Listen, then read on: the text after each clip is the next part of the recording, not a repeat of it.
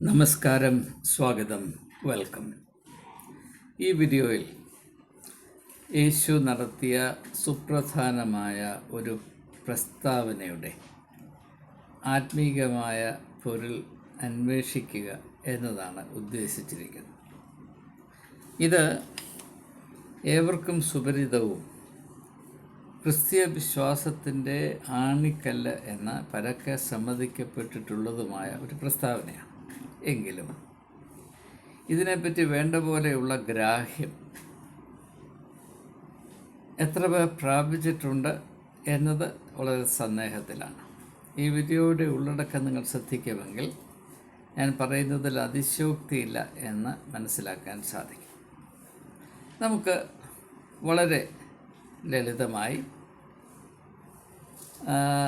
വളരെ ഡയറക്റ്റായി ഈ പ്രസ്താവനയുടെ അർത്ഥം അന്വേഷിക്കുകയും യേശു പറഞ്ഞുവല്ലോ, അന്വേഷിച്ചാൽ കണ്ടെത്തും. അപ്പോൾ കണ്ടെത്തുമെന്ന പ്രത്യാശയിൽ ഈ പ്രസ്താവനയുടെ അർത്ഥത്തെ അന്വേഷിക്കുവാൻ ഏവരെയും ഒരിക്കൽ കൂടെ ഞാൻ സസ്നേഹം സ്വാഗതം ചെയ്യുന്നു. യേശു പറയുന്നു, ഞാൻ തന്നെ വഴിയും സത്യവും ജീവനുമാകുന്നു. യോഹന്നാൻ്റെ സുവിശേഷം 14-ാം അധ്യായത്തിൻ്റെ 6-ാം വാക്യം.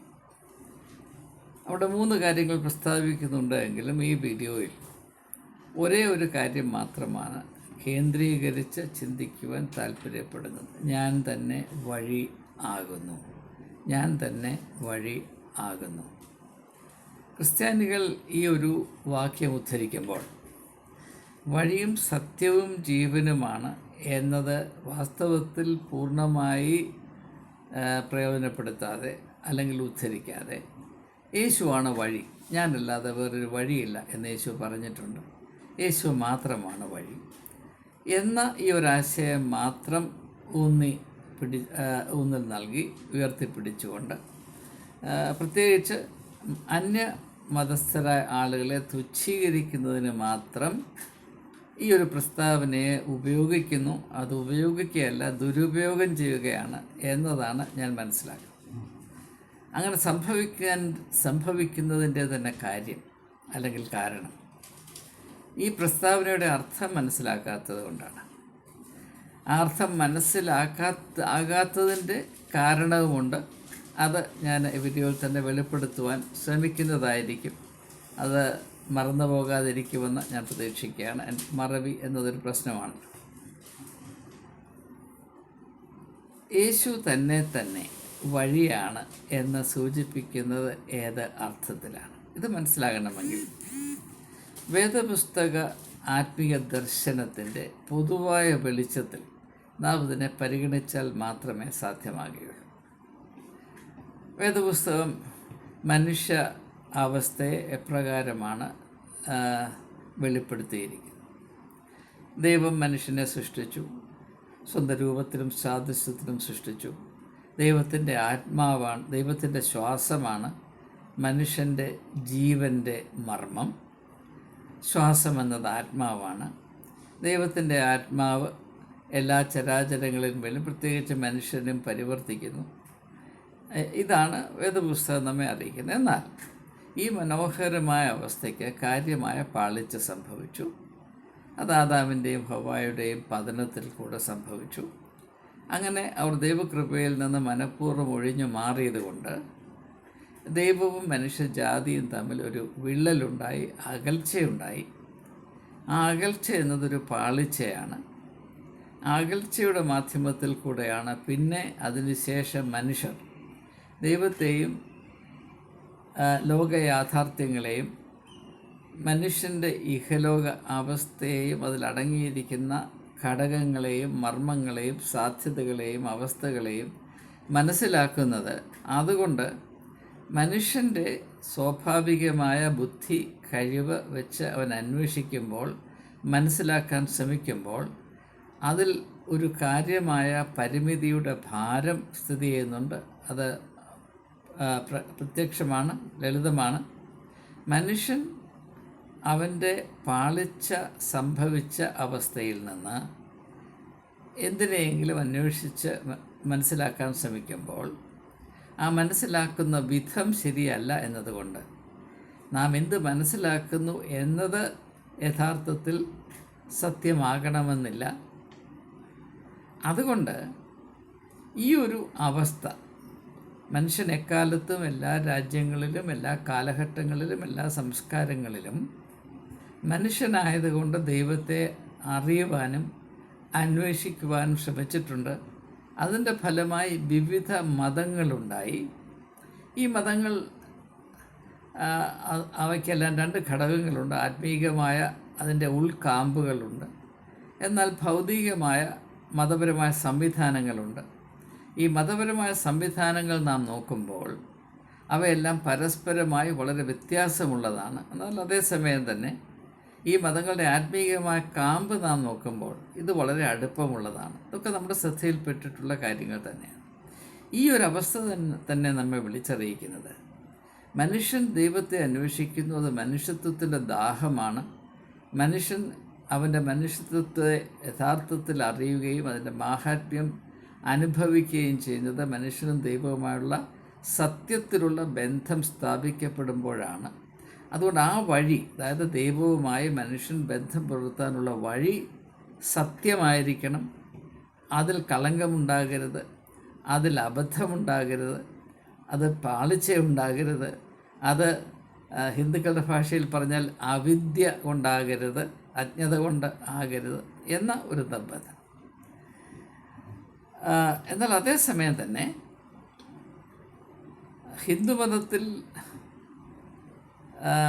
കർമ്മ എന്ന ഡോക്ട്രിൻ, ദ ഡോക്ട്രിൻ ഓഫ് കർമ്മ, അതിന് സമാനമായിട്ടാണ് ക്രിസ്തുമതത്തിൽ ദ ഡോക്ട്രിൻ ഓഫ് സിൻ, ആദ്യ പാപം എന്ന ഒരു ആശയം ഉണ്ടായിരിക്കുന്നത്. അപ്പോൾ ആദ്യ പാപത്തിൻ്റെ അംശം, അതിൻ്റെ സ്വാധീനം ആദാമിന് ശേഷം ഉടലെടുത്തിട്ടുള്ള എല്ലാ തലമുറകളിലെ അംഗങ്ങളെയും തുല്യമായി ബാധിച്ചിരിക്കുന്നു.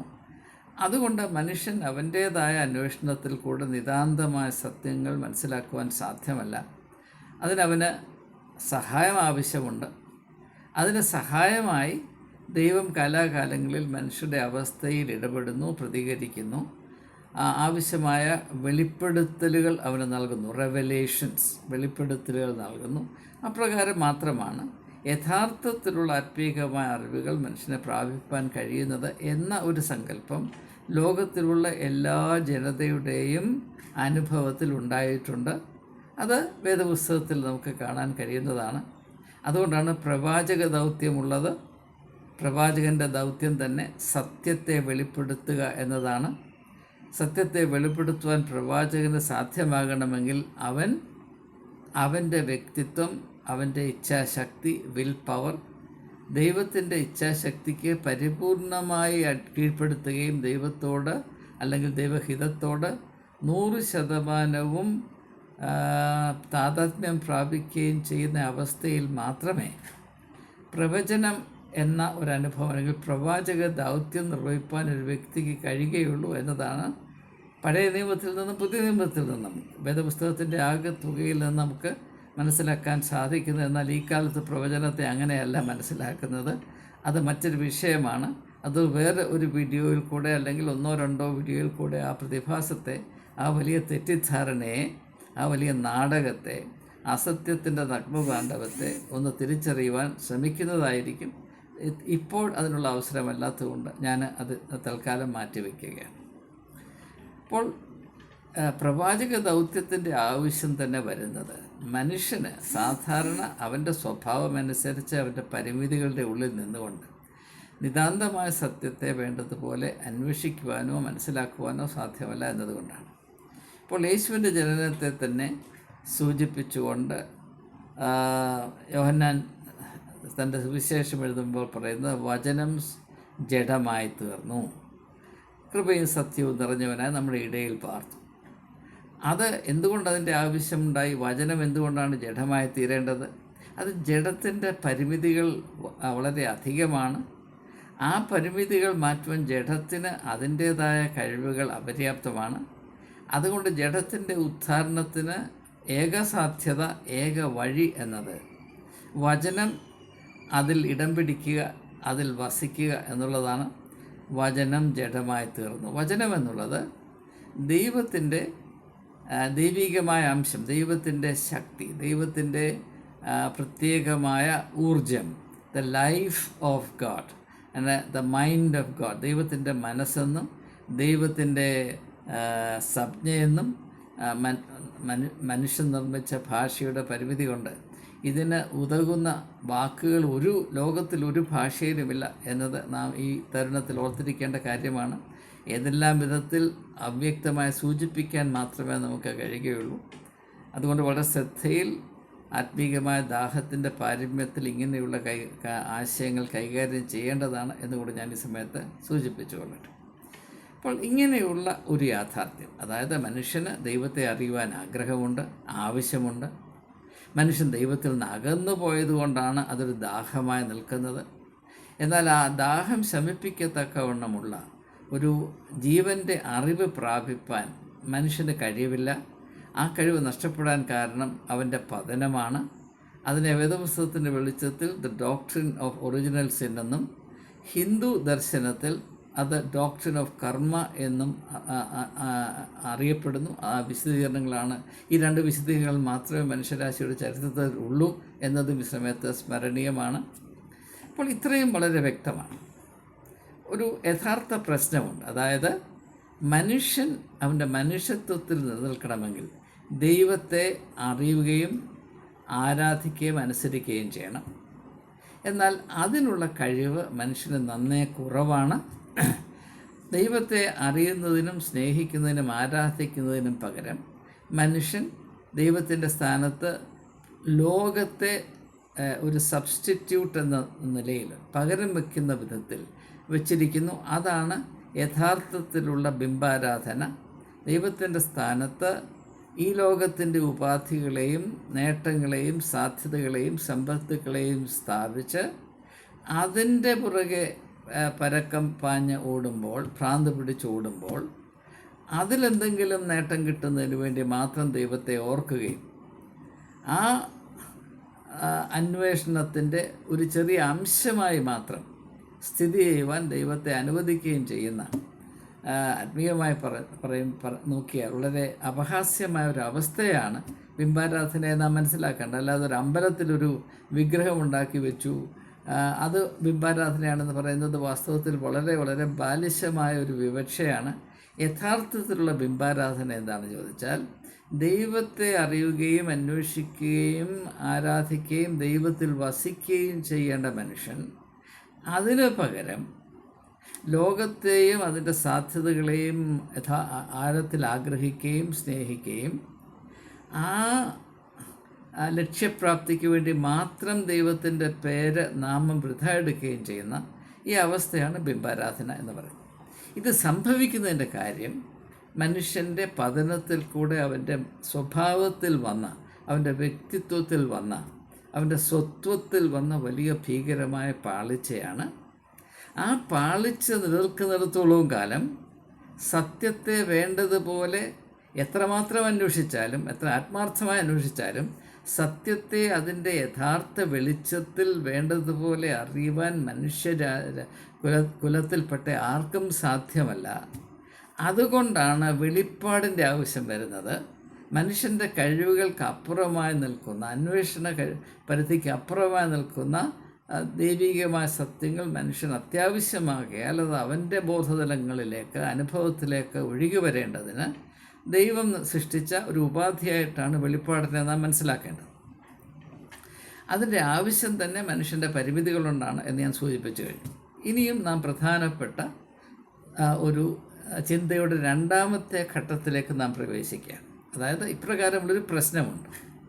ഈ പ്രശ്നത്തിന് എന്താണ് പോംവഴി? ഇവിടെ രണ്ട് പോംവഴികളുണ്ട്, അല്ലെങ്കിൽ ഈ രണ്ട് സാധ്യതകളുണ്ട്. ഒന്ന്, യേശു കാണിച്ചു തന്ന വഴി. രണ്ട്, മനുഷ്യൻ ആ വഴിയുടെ പിന്തുടർച്ച എന്ന പ്രഹസനത്തിൽ, എന്നാൽ അതിന് തുലവും ബദലായി അതിൽ നിന്ന് വഴുതി മാറി മറ്റൊരു ദിശയിലേക്ക് പോയി മനുഷ്യൻ സൃഷ്ടിക്കുന്ന ഒരു തെറ്റായ വഴിയുണ്ട്. രണ്ട് വഴികളുണ്ട്. യേശുവിൻ്റെ വഴിയുണ്ട്, മനുഷ്യൻ സൃഷ്ടിക്കുന്ന വഴികളുമുണ്ട്. അതുകൊണ്ടാണ് യേശു പറയുന്നത് ഞാൻ തന്നെ വഴി. ഞാൻ തന്നെ വഴി എന്ന് പറയുന്ന പ്രസ്താവന അർത്ഥമാകണമെങ്കിൽ മറ്റനേക വഴികൾ നിലവിലുള്ളത് കൊണ്ടാണ് ഞാൻ തന്നെയാണ് വഴി എന്ന് പറയേണ്ട ആവശ്യം. ഇപ്പോൾ നിങ്ങളൊരു ഹൈവേയിൽ കൂടെ യാത്ര ചെയ്യുകയാണ്. ആ ഹൈവേ നേരെ ഇങ്ങനെ കിടക്കുന്നു. ഇടത്തോട്ട് തിരിയാനോ വലത്തോട്ട് തിരിയാനോ യാതൊരു കൈവഴികളുമില്ല, സൈഡ് റോഡില്ല. ഈ ഹൈവേ നേരെ പോവുകയാണ്. അപ്പോൾ ആരും നിങ്ങളോട് ഇത് തന്നെയാണ് വഴി എന്ന് പറയുന്നതിന് അർത്ഥമില്ല. അതേസമയം തന്നെ നിങ്ങൾ ഈ വഴിയിൽ കൂടെ സഞ്ചരിച്ച് ഒരു ക്രോസ് റോഡിലെത്തി, വഴി അങ്ങോട്ടും തിരിയുന്നു ഇങ്ങോട്ടും തിരിയുന്നു, മുൻപോട്ടും പോകുന്നു. അപ്പോൾ നിങ്ങൾ അവിടെ പകച്ച് നിൽക്കുന്നത് ഏതാണ് വഴി? അപ്പോൾ ആരെങ്കിലും പറയും ഇതാണ് വഴി എന്ന് പറഞ്ഞാൽ അതിനർത്ഥമുണ്ട്. അപ്പോൾ യേശു ഞാൻ തന്നെ വഴി എന്ന് പറയുമ്പോൾ കൃത്യമായതിൻ്റെ അർത്ഥം മറ്റു വഴികൾ മനുഷ്യർ കണ്ടുപിടിച്ചിട്ടുണ്ട് എന്നതാണ്. അത് എന്താണ്? അതും യേശുവിൻ്റെ വഴിയും തമ്മിൽ എന്താണ് വ്യത്യാസം എന്നത് നാം തിരിച്ചറിയാതെ യേശുവിൻ്റെ വെളിപ്പെടുത്തലിൻ്റെ യഥാർത്ഥ അർത്ഥം മനസ്സിലാക്കാൻ സാധ്യമല്ല എന്നത് പകൽ പോലെ നാം ധരിച്ചിരിക്കേണ്ട ഒരു യാഥാർത്ഥ്യമാണ്. ഇത് ഞാൻ വളരെ ഊന്നലോടുകൂടെ പറയേണ്ട ആവശ്യം വരുന്നത് ഈ കാര്യത്തിൽ യാതൊരു വ്യക്തതയും ക്രിസ്ത്യാനികളുടെ ഇടയിൽ നിന്ന് മാത്രമല്ല, മതത്തിൻ്റെ പുറകെ പോയി മതമാണ് ആത്യന്തികമായ അഭയമെന്ന് തെറ്റിദ്ധരിച്ചിരിക്കുന്ന എല്ലാ മനുഷ്യരുടെയും ജീവിതത്തിൽ തുല്യമായ അന്വർത്ഥമാണ് എന്ന് ഞാൻ ഹ്രസ്വമായി ഒന്ന് സൂചിപ്പിക്കുന്നു അത്രമാത്രം. അപ്പോൾ യേശു ഈ വഴി വെളിപ്പെടുത്തുന്നതിന് മുൻപ് നിലവിലിരുന്ന വഴി എന്താണ്? അത് തിരിച്ചറിഞ്ഞാൽ മാത്രമേ യേശുവിൻ്റെ വഴി എന്താണ്, യേശുവാകുന്ന വഴി എന്താണ് എന്ന് മനസ്സിലാക്കാൻ സാധ്യമാകുകയുള്ളൂ. നമുക്കറിയാം, യേശു ഒരു യഹൂദനായി ജനിച്ചു, യഹൂദനായി വളർന്നു. അതേസമയം തന്നെ യഹൂദ മതം മാത്രമായിരുന്നില്ല ആ ഇടങ്ങളിലും ലോകത്തെ മറ്റ് ഭാഗങ്ങളിലും ഉണ്ടായിരുന്ന മറ്റനേക മതങ്ങളുണ്ടായിരുന്നു. പാലസ്തീൻ ആ പ്രദേശങ്ങളിൽ തന്നെ പല വിധത്തിലുള്ള മതങ്ങളുണ്ടായിരുന്നു. ഓരോരോ ഗോത്രവർഗക്കാർക്കും അവരുടേതായ മതങ്ങളുണ്ടായിരുന്നു. ഫിലിസ്റ്റൈൻസ്, കാനനൈറ്റ്സ്, ഈഡോമൈറ്റ്സ്, ജെബുസൈറ്റ്സ്, പെരിസൈറ്റ്സ്, ഇങ്ങനെ അനേകം ജനക്കൂട്ടങ്ങൾക്ക്, ഗോത്രവർഗക്കാർക്ക് അവരുടേതായ മതങ്ങളുണ്ടായിരുന്നു. ഈ മതത്തിൻ്റെയും യഹൂദ മതത്തിൻ്റെയും പൊതുവായ ഒരു സ്വഭാവം ഇതിലെല്ലാം പുരോഹിത വർഗങ്ങൾ ഉണ്ടായിരുന്നു എന്നതാണ്. ഈ പുരോഹിത വർഗം മനുഷ്യൻ ദൈവത്തെ എപ്രകാരം അറിയണം, ദൈവത്തെ എപ്രകാരം അനുഭവിക്കണം, ദൈവത്തെ എപ്രകാരം പ്രീതിപ്പെടുത്തണം എന്നതിന് അവരുടേതായ മാർഗങ്ങൾ കണ്ടുപിടിക്കുകയും അതിൽ ജനങ്ങളെ പരിശീലിപ്പിച്ച് ഒതുക്കി നിർത്തുകയും ചെയ്യാൻ എക്കാലത്തും ഏറ്റവും ശക്തമായി ശ്രമിച്ചിട്ടുള്ളതാണ്. ദൈവത്തെ അറിയണമോ, ദൈവത്തെ ആരാധിക്കണമോ, ദൈവത്തെ പ്രീതിപ്പെടുത്തണമോ, ഇതാണ് വഴി. എന്താണ് ആ വഴി? ഹിന്ദുക്കളുടെ ഇടയിൽ അതിന് കർമ്മകാണ്ഡം എന്ന് പറയും. നിങ്ങൾ ഇത് ചെയ്താൽ ഇന്ന കർമ്മം ചെയ്യുക, ഇന്ന പൂജ ചെയ്യുക, ഇന്ന ദാനം ചെയ്യുക, 100 ബ്രാഹ്മണന്മാർക്ക് ഭക്ഷണം ഉണ്ടാക്കി കൊടുക്കുക, അല്ലെങ്കിൽ ഇന്ന തീർത്ഥാടന കേന്ദ്രത്തിൽ പോയി അവിടെ എന്തെങ്കിലും ചെയ്യുക, ഇന്ന അമ്പലത്തിൽ പോയി ഉരുളുക, അല്ലെങ്കിൽ അങ്ങ് ദൂരെ ആ വിശുദ്ധ നദിയിൽ പോയി കുളിക്കുക. അങ്ങനെ ഓരോരോ പാപങ്ങൾക്ക് ഓരോ പ്രതിവിധി. ഈ പ്രതിവിധികൾ മനുഷ്യൻ നിർവഹിച്ചുകൊണ്ടേയിരുന്നാൽ, അല്ലെങ്കിൽ നിർദ്ദേശിക്കപ്പെട്ടിട്ടുള്ള മതപരമായ ആചാരാനുഷ്ഠാനങ്ങൾ മുടക്ക് വരുത്താതെ അത് ആരാധിച്ചാൽ, അത് നിർവഹിച്ചുകൊണ്ടിരുന്നാൽ നിങ്ങൾക്ക് ദൈവത്തെ അറിയുവാനും ആരാധിപ്പാനും പ്രീതിപ്പെടുത്തുവാനും കഴിയും. ഇത് മാത്രമാണ് പുരോഹിത വർഗത്തിൻ്റെ അറിവും അവർ നൽകുന്ന മാർഗദർശനവും ഉപദേശവും. എന്നാൽ ഇതുകൊണ്ട് യാതൊരു പ്രയോജനവുമില്ല എന്നതാണ് യേശുവിൻ്റെ സാക്ഷ്യം. യേശു കാണിച്ച വഴി എന്താണ്? അത് വളരെ ലളിതമാണ്. അത് യോഹന്നാൻ്റെ സുവിശേഷം 10-ാം അധ്യായത്തിൻ്റെ 30-ാം വാക്യത്തിൽ വ്യക്തമായി യേശു വെളിപ്പെടുത്തിയിട്ടുണ്ട്. ഞാനും എൻ്റെ പിതാവും ഒന്നാകുന്നു. യേശുവാകുന്ന വഴി എന്താണ്? മനുഷ്യനും ദൈവവുമായി താതാത്മ്യം പ്രാപിക്കുന്ന ആ ഒരേ ഒരു വഴിയാണ് യേശുവിൻ്റെ വഴി. അല്ലാതെ യേശു എന്ന് പറയുന്ന ഒരു കൾട്ട് ഫിഗർ അല്ല. യേശു അത് വ്യക്തമായി വെളിപ്പെടുത്തിയിട്ടുണ്ട് എങ്കിലും 2000 വർഷം കൊണ്ട് അത് അവഗണിക്കപ്പെട്ട് കിടക്കുന്നു എന്നൊരു യാഥാർത്ഥ്യമാണ്. നാം ദൈവത്തോട് താതാത്മ്യം പ്രാപിക്കുന്നുവെങ്കിൽ അത് പ്രാപിക്കുവാൻ സാധ്യമാണോ അല്ലയോ എന്നതിനെപ്പറ്റി വിവാദമുണ്ടാകാം. അത് ഓരോരുത്തരുടെയും വിശ്വാസത്തിൻ്റെ സ്വഭാവം അനുസരിച്ചിരിക്കും. പലരും പറയും അത് സാധ്യമല്ല എന്ന് പറഞ്ഞങ്ങ് തള്ളിക്കളയും. പിന്നെ മനുഷ്യന് ചെയ്യാവുന്ന ഒരു കാര്യം ഈ ആചാര അനുഷ്ഠാനങ്ങളിൽ അതിൽപ്പെട്ട് പുരോഹിതവർഗത്തിൻ്റെ നിയന്ത്രണത്തിൽ അവരെ ആശ്രയിച്ച് കഴിഞ്ഞുകൂടുക. അതുകൊണ്ട് ദൈവത്തെ അറിയുന്നു എന്നത് തികച്ചും സംശയമാണ്. അറിയുന്നില്ല എന്നതാണ് യേശു പറയുന്നത്. അത് കുരിശിൽ നിന്ന് യേശു ആദ്യമായി പറയുന്നത് അതാണ്.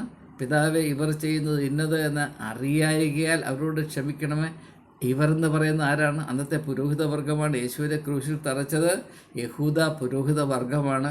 അവർ ചെയ്യുന്നത് എന്താണെന്ന് അവർക്ക് അറിഞ്ഞുകൂടാ.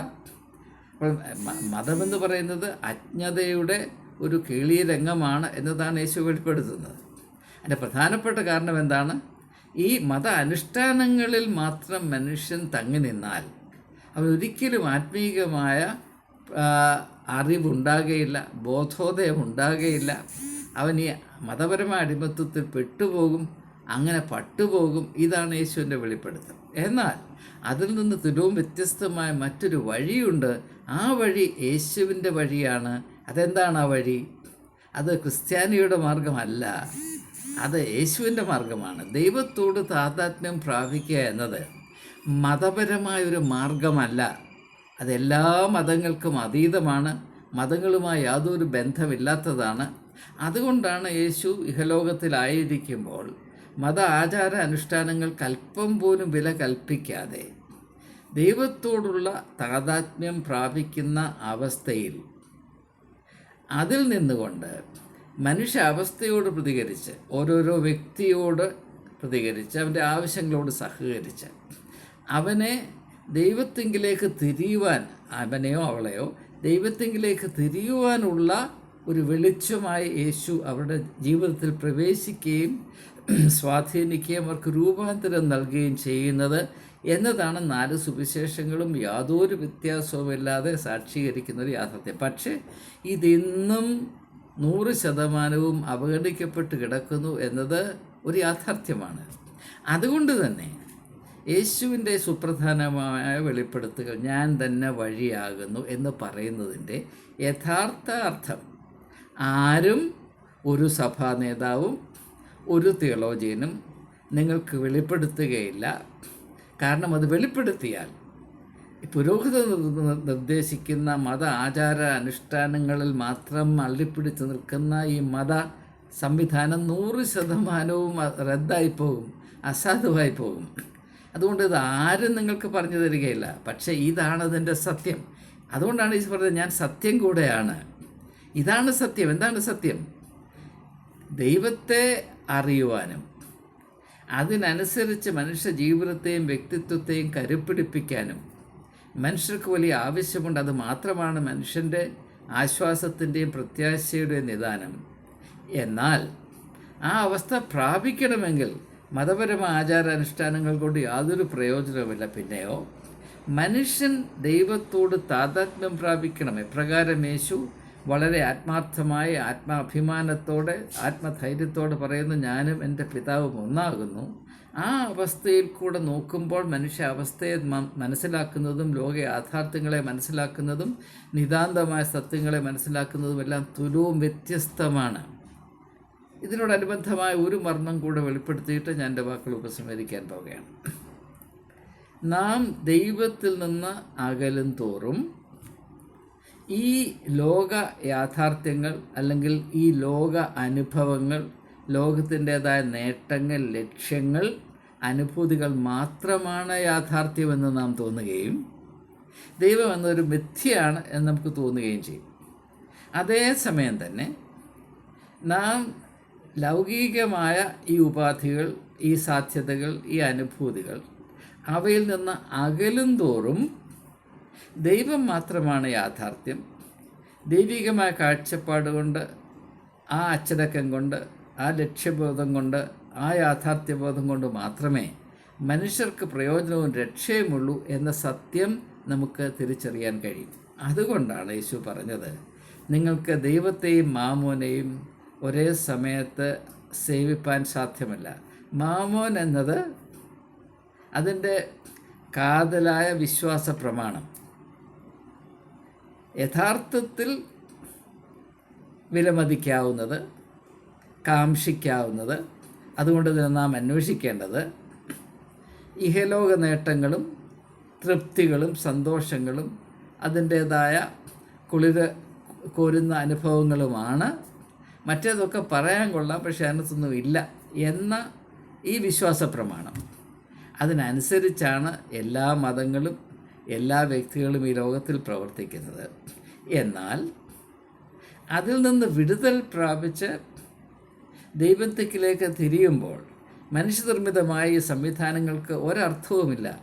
ഹിന്ദുക്കളുടെ ഭാഷയിൽ പറഞ്ഞത് മായയാണ്, അല്ലെങ്കിൽ വേദപുസ്തകത്തിൽ തന്നെ സഭാപ്രസംഗിയുടെ ഭാഷയിൽ പറഞ്ഞാൽ ഇത് മിഥ്യയാണ്, ഇത് vanity of vanities, all is vanity എന്ന് പറയുന്ന പ്രസ്താവനയിൽ ഉൾപ്പെടുന്നതാണ്. അതും ഹിന്ദുക്കളുടെ ദർശനമായ മായയും തമ്മിൽ യാതൊരു വ്യത്യാസവുമില്ല എന്ന് പറയുമ്പോൾ ക്രിസ്ത്യാനികൾ ഉടനെ മൂക്കത്ത് കൈവെക്കും. പക്ഷേ അത് സത്യമാണ്, പറയാതിരിക്കാൻ നിവർത്തിയില്ല.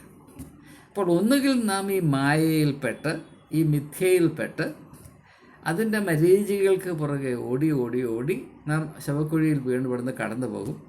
അത് സൂചിപ്പിച്ചുകൊണ്ട് യേശു ശമരിക്കാരശ്ശിയോട് പറയുന്നു, ഈ വെള്ളം കുടിക്കുന്നവൻ പിന്നെയും പിന്നെയും പിന്നെയും ദാഹിക്കും, നിൻ്റെ ദാഹത്തിനൊരു അറുതി ഉണ്ടാകുകയില്ല, നിൻ്റെ ജീവിതത്തിൻ്റെ തന്നെ പര്യായം ദാഹമായി തീരും. അടക്കാനാവാത്ത ദാഹം, ഒരിക്കലും തൃപ്തി വരാത്ത ദാഹം. എന്നാൽ അതല്ല നിനക്ക് വേണ്ടി ഉദ്ദേശിച്ചിരിക്കുന്ന അവസ്ഥ. ഞാൻ നൽകുന്ന വെള്ളം കുടിക്കുന്നവൻ ഒരിക്കലും ദാഹിക്കുകയില്ല എന്ന് പറയുമ്പോൾ അത് ശാരീരികമായ ദാഹത്തെ പറ്റിയല്ല, ആത്മീകമായ അവസ്ഥയാണ് സൂചിപ്പിക്കുന്നതെന്ന് പ്രത്യേകിച്ച് എടുത്തു പറയേണ്ട ആവശ്യമില്ല. അപ്പോൾ യേശുവാകുന്ന മാർഗം എന്താണ് എന്നതിനെപ്പറ്റി നാം ഇതുവരെ വെച്ചു പുലർത്തിയ സങ്കല്പങ്ങൾ തികച്ചും അസ്ഥാനത്താണ് എന്നെങ്കിലും ഈ വീഡിയോയുടെ ഉള്ളടക്കത്തിൽ കൂടെ വ്യക്തമായി കാണുമെന്ന് ഞാൻ പ്രതീക്ഷിക്കുകയാണ്. നിങ്ങൾക്ക് സമയമുണ്ടെങ്കിൽ, മനസ്സുണ്ടെങ്കിൽ ഈ വീഡിയോ ഒന്നുകൂടെ കണ്ടിട്ട് അതിൻ്റെ ഉള്ളടക്കത്തെ വേണ്ടതുപോലെ സംഗ്രഹിക്കുകയും അതിനനുസരിച്ച് ജീവിത യാഥാർത്ഥ്യങ്ങളെ മനസ്സിലാക്കാൻ ശ്രമിക്കുകയും ചെയ്യുമെങ്കിൽ യേശുവിൻ്റേതായ ഈ പ്രത്യേകതയുള്ള വെളിപ്പെടുത്തൽ അതൊരു വെറും അവകാശവാദം മാത്രമല്ല, അത് ആത്യന്തികമായ സത്യമാണ് എന്ന് തിരിച്ചറിയാൻ കഴിയും. അപ്രകാരമുള്ള തിരിച്ചറിവിൻ്റെ സന്തോഷം, അതിൻ്റെ സമ്പത്ത്, അതിൻ്റെ അനുഗ്രഹം എന്നെ ശ്രമിക്കുന്ന ഏവരുടെയും ജീവിതത്തിൽ മതഭേദങ്ങളെന്നെ, മത സാംസ്കാരിക ബൗദ്ധിക ഭേദങ്ങൾക്ക് അതീതമായി ഈ അനുഗ്രഹം എല്ലാവരുടെ ജീവിതത്തിലും വർദ്ധിച്ചു വരട്ടെ എന്ന് ആത്മാർത്ഥമായി പ്രാർത്ഥിച്ചുകൊണ്ട് വാക്കുകൾ ഉപസംഹരിക്കുന്നു. സഹകരിച്ചുകൊണ്ടേയിരിക്കുന്ന എല്ലാ സുഹൃത്തുക്കൾക്കും എൻ്റെ ഹൃദയംഗമമായ നന്ദി രേഖപ്പെടുത്തുകയും ചെയ്യുന്നു.